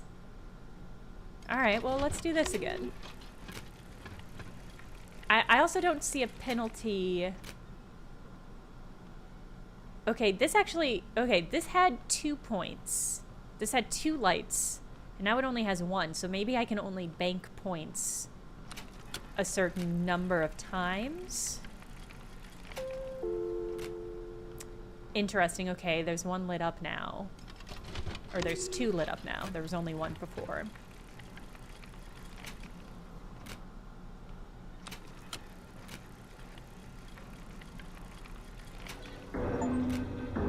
Okay. Subject lost an over or under of 1 or 20.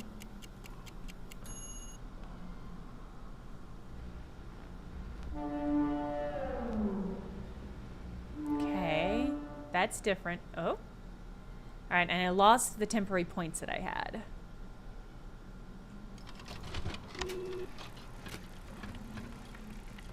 Mechtel, we don't know yet. No clue.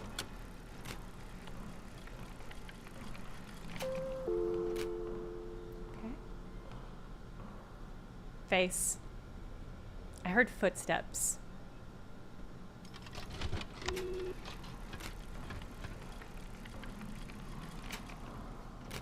Ooh. I hear footsteps. I'm gonna make my own luck. I wanna see what this does.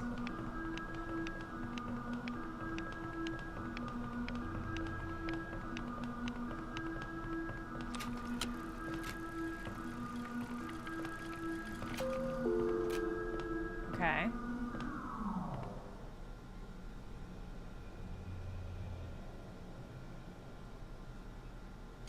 hear sounds behind me.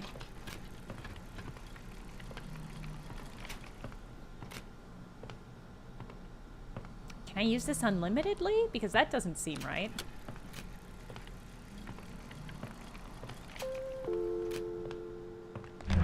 Oh.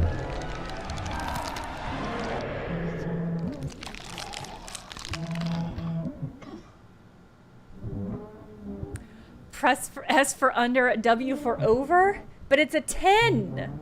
So this is just a pure luck guess. I'm gonna flip a coin. No, I'm gonna go over. Oh no! I just got an achievement renewed. Subject acquired new flesh.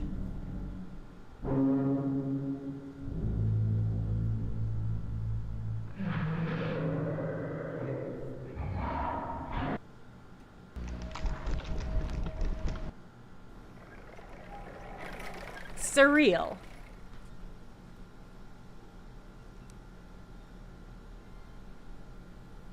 Okay.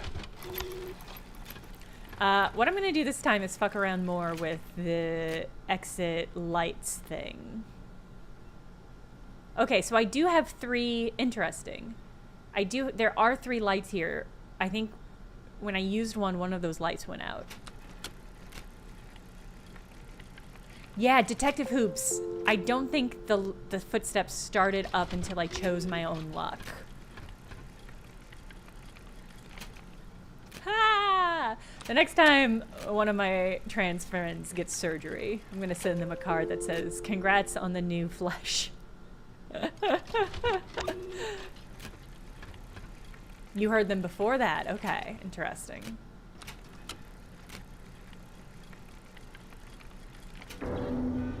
Oh.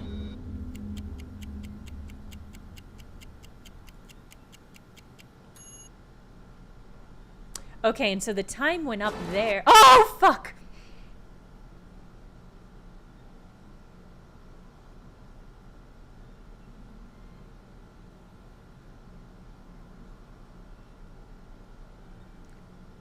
I'm just not gonna turn around.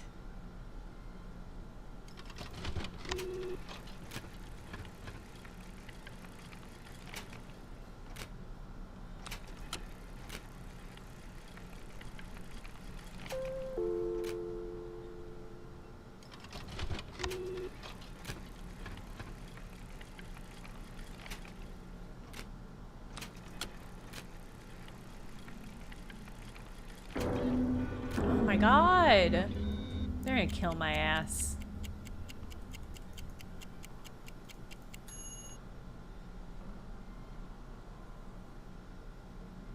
Okay, I did faintly hear footsteps this time.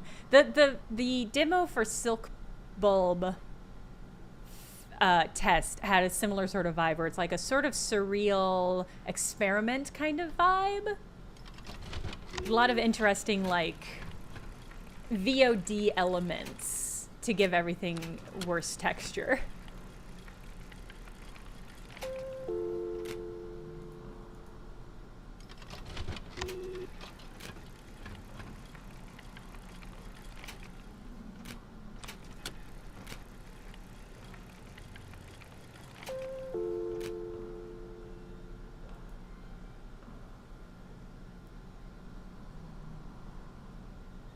I'm hearing footsteps more. Hell Arctic, I think being lost is sort of the point.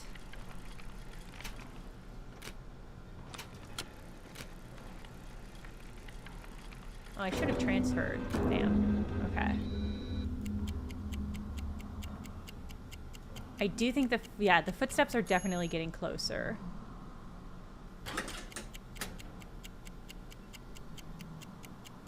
I see something. Yeah, hi. Okay. I'm wondering if that bought me more time because it doesn't like the light. The rules that we know so far are it's a game of over-under. You're trying to guess it. You can store points. You can try your luck, which tells you what the answer is, but seems to intensify the reaction of the creature. Well. Oh, he was facing me that time. I don't think he's faced me previously.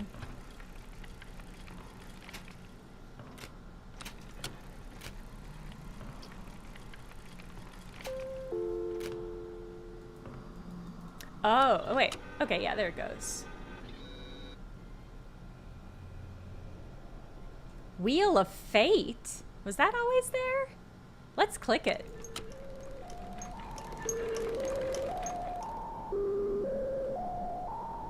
Fate-O-Matic, pull to spin. Free loss, free win, special gift. When free will fails, turn to fate.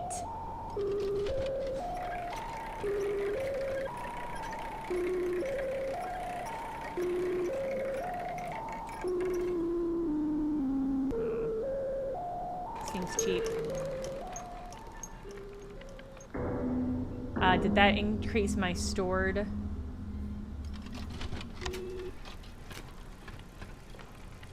Yeah, free loss seems bad for sure.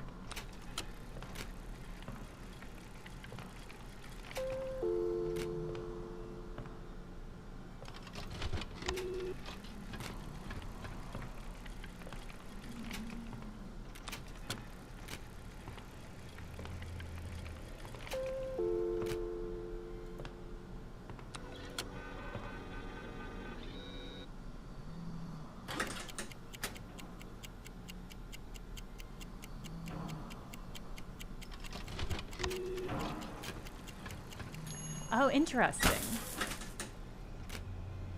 So that used up. I had 5 seconds. It was on for 5 seconds.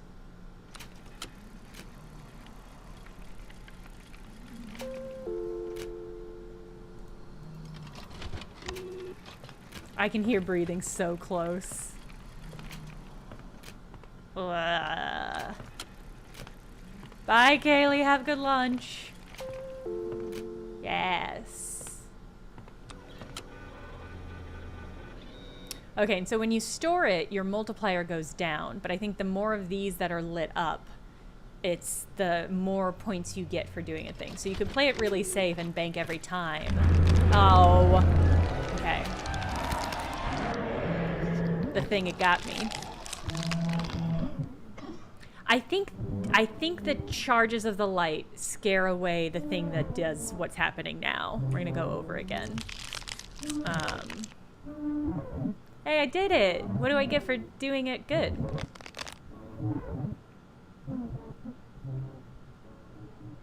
Oh, I just get to keep playing. Okay. I got an achievement, persistent. Subject came back from the edge.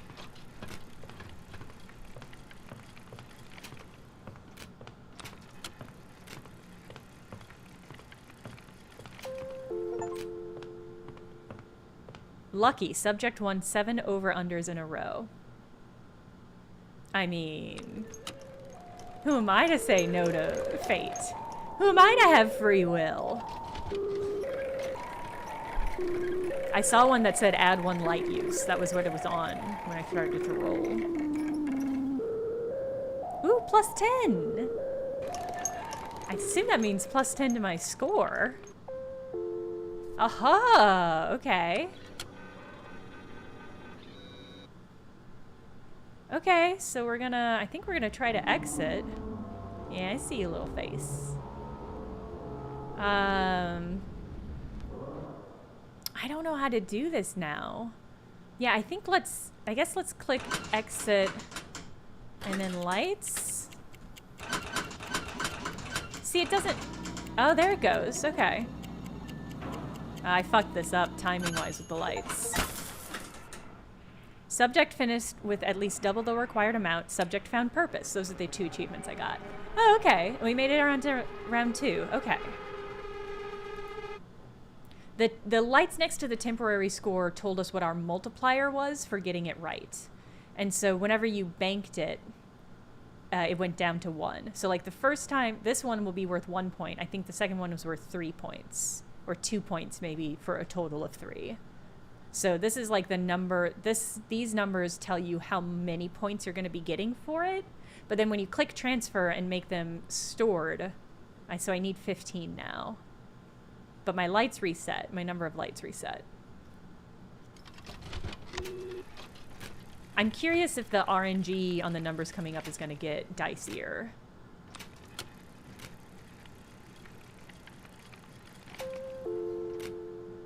So that was worth 1 point. This next one should be worth 2 points. He's not looking at me anymore, again.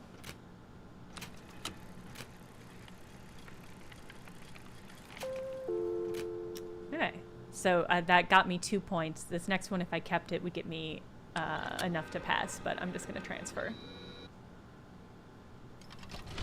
Since I already started with 10, there was no reason to really fuss with it too much. Although I guess the question is, since we're ahead this round, do we want to bank extra points so that going into the next round, ooh, it was close, we have more points again.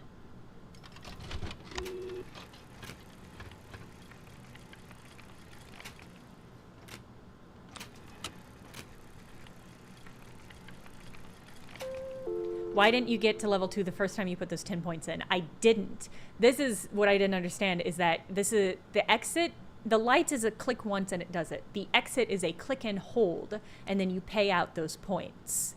I think I should hit the lights as often as I hear the footsteps getting closer. I do think the lights pushes back whatever is walking to me. Yeah, and now it's get 15. So we're on round 2. I think it's just getting harder. I don't know if this is going to be the whole game, like if it's just an over and unders game.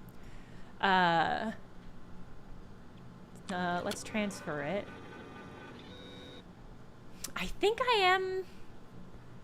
am gonna... No, I didn't the first time. I just clicked once and it didn't go through. I didn't realize you had to click and hold. But I think this game is interesting. I think this is unusual in that it seems like the point of the game is to figure out how the game works, which I think is really cool. I think that's an interesting concept, and an interesting concept for a horror game in particular, where there is pressure, like there are stakes to figuring out how to get the game, how to do the game correctly as quickly as possible. So I think this is an interesting concept. I think Silk Bulb Test is going to be the same, and I think when that comes out, I'll probably, I don't know if I'll play that on stream. We'll see what the vibe is. Sorry, there was gunk on my glasses. Okay. All right, let's do it.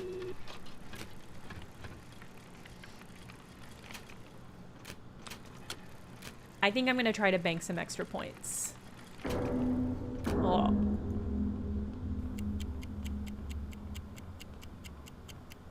I hear footsteps. Okay, so when I fail, I understand. When I fail, the lights go out, and whatever is walking towards me makes a lot of progress.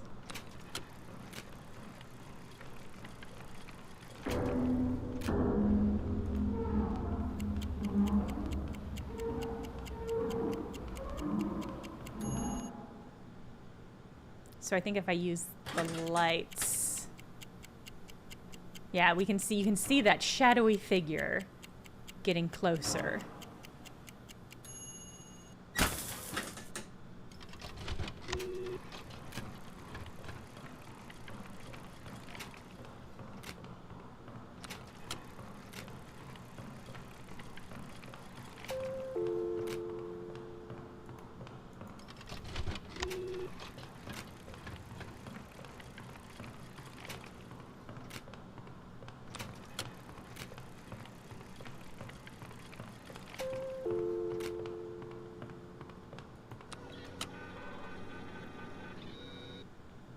All right, I'm gonna use this and this. Keep forgetting that I have to click and hold. I think the footsteps aren't fast. I think there's a lot of footsteps. I don't know if I need to use the light when I'm using the exit. I guess I just assumed that I needed to escape, but I think maybe those are not related mechanics. What is this spooky game? I don't know if I know. I don't know if I have an answer for you. All right, how many do we need now? 20? Okay, okay. I think just one dude with a lot of feetsies.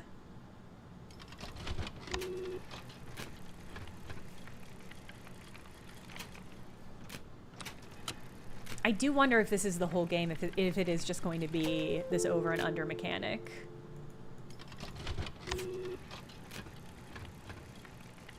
I think like a centaur, but maybe like a spider centaur instead of a horse centaur. That's what the shadowy shape in the back looked like to me. If I hit transfer, will I still Wheel of Fate?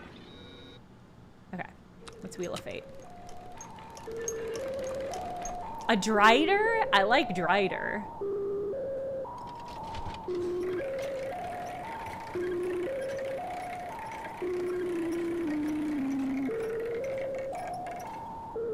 No! Alright, that's fine.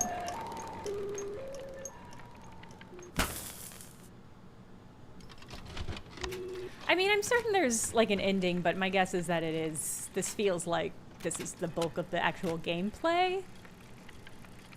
Which I don't hate, but I don't know if I'm thrilled about it as far as like streaming the whole game.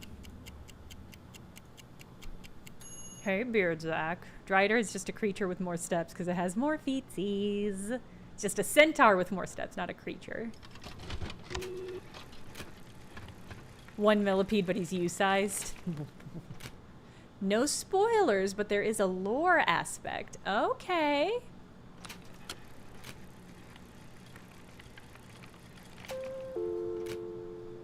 I mean, it does seem like something is happening. All right, let's get one more. We'll bank some.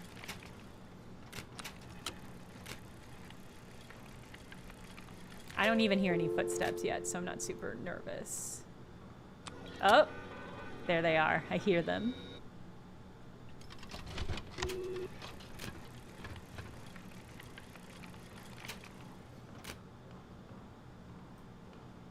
Oh, Mechtel, I hadn't heard that. That's terrifying. Thank you for sharing. Oh, boo.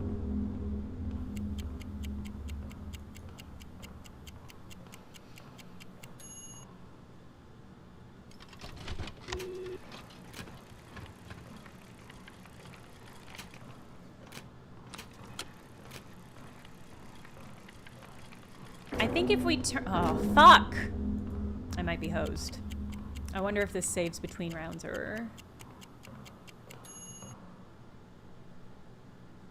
I think at a certain point I'm going to turn and that thing's going to be there again, and first of all I'm going to scream, and then second of all that's when we need to use the lights. Ugh, come on. Come on, mama. Fuck!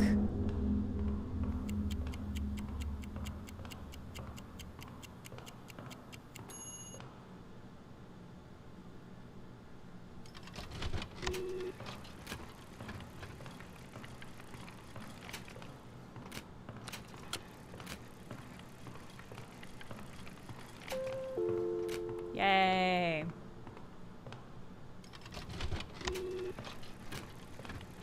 I wonder if he can only move while we're actively playing as well, to incentivize you to answer quickly. Oh, he's gonna get my ass.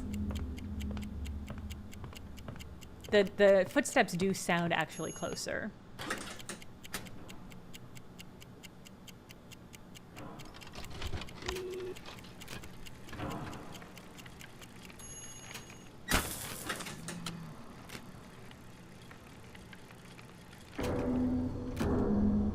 Cannot catch a break.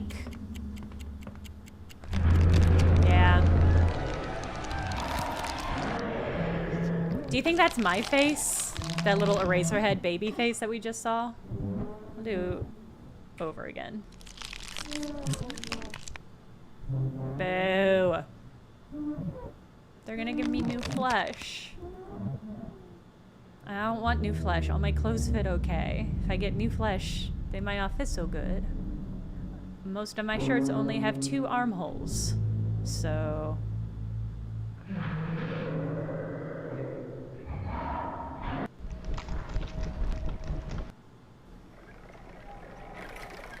But if they give me a new arm and a new hand, that's just easier for me to play the slots, you know? If I have a 3rd arm, I can be playing multiple, I could be playing like 3 slots at a time. I clicked the help button. I'm gonna tell you it wasn't tons of help. Oh yeah, now we're back at the start. Okay.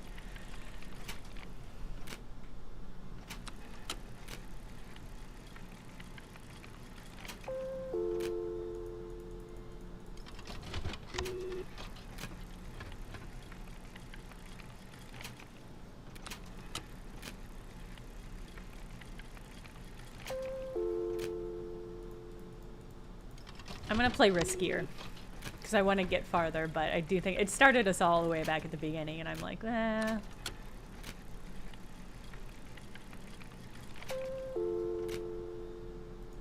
Don't bank it.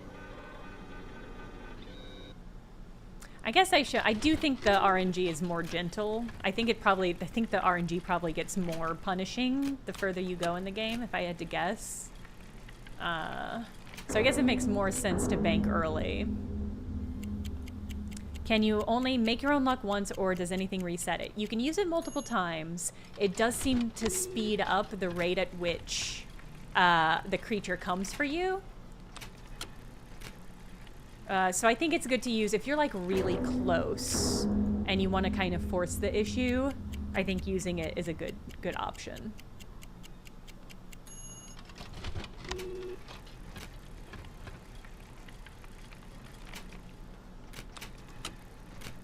But unfortunately, I think there's 2 ways. Okay, there's 2 ways of playing this portion, and it's to go on instinct and guess every time and like say like, what does my gut tell me to do? Or there's the correct way, and that is to use statistics. But if you're using statistics, this portion isn't very interesting because it's like you know what to do every time. It's either over or under. The only time there's any question is when it's like 10, and so it's like, well.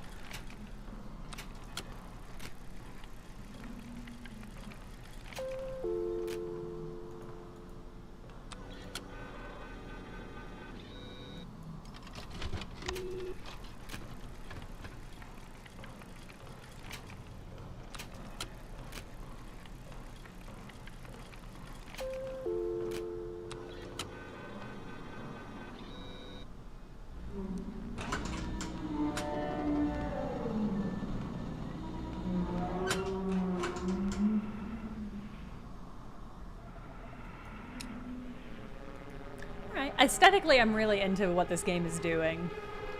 It's uncanny, it's very abstract and surreal, which I quite like.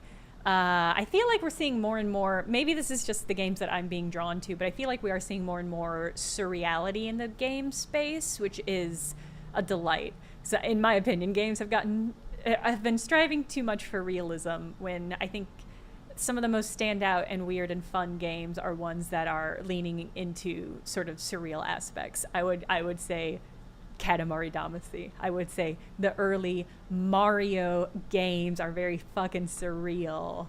And so that's the sort of thing I'm enjoying. Oh yeah, this could be my face.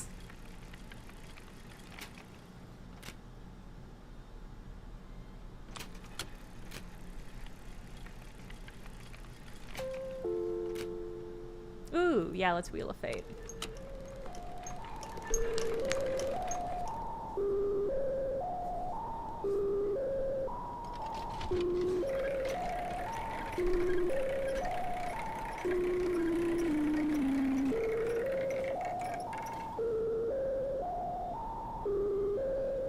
Do we think It Waits is good or bad? It's probably good, right? It means it's gonna wait longer, probably.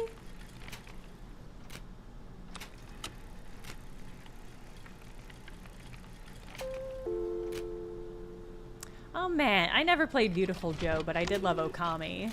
And Okami also had incredible art direction.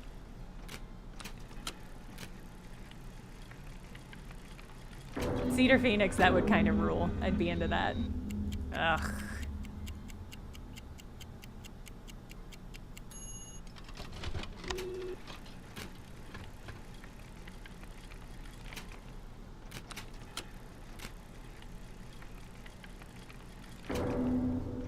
Okay, alright. I think I'm done for this game for now. I might... Yeah, I'm just like, I just can no longer be arsed to play over and under. But I am curious about the rest of it, so I might look up a video. Yeah, I want to exit. I'm not that invested. Okay, but that's okay. So that was Flathead. Again, this is a very small, short little game.